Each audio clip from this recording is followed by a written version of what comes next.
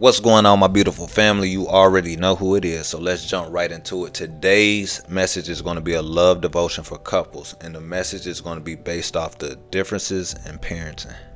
So any advice I give is going to be based off of God's view of things. So what I'm going to do is base this message off of James 1, 5, and 6. And it says, if you need wisdom, ask our generous God, and he will give it to you. He will not rebuke you for asking. But when you ask him, be sure you have faith in God alone. So what is wisdom? Well, wisdom is the ability to make a wise decision in difficult circumstances. It's not just knowledge. You can have all the knowledge in the world and still make a dumb decision.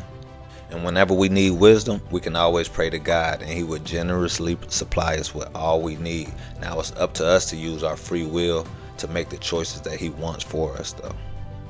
You see, one of the greatest things about being a Christian is you don't have to grope around in the dark hoping to stumble upon answers.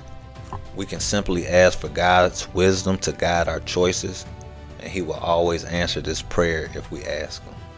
Okay, so now let's talk about the main message. Now, one of the issues that disrupts a marital unity is the difference of opinion of how you raise your child.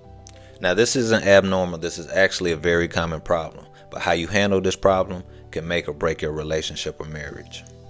And what I mean by that is that you may never agree on all the details in parenting, but you must find common ground. And I would suggest that the starting place be prayer. Pray that God bring you two together on the basics of how you guys are going to raise your child or children. Because in reality, God is concerned about your children and he knows them perfectly. Therefore, if we ask for wisdom, God is qualified to help.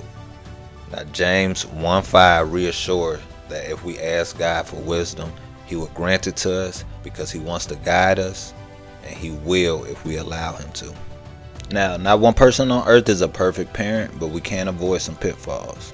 For example, you can improve your parenting when you avoid the pitfalls of being overprotective of your child, when you give them too much freedom to do whatever they want without having consequences, and when you have excessive distance from them where you can't create a bond or trust. Remember, the ultimate goal is for your child to grow up secure in your love, strong in their faith, with a sound character. And as you and your partner talk together and pray together, God will help you guys accomplish these goals together. I hope this message was helpful to you. I'll be back at you with a new message in a minute. Love you guys.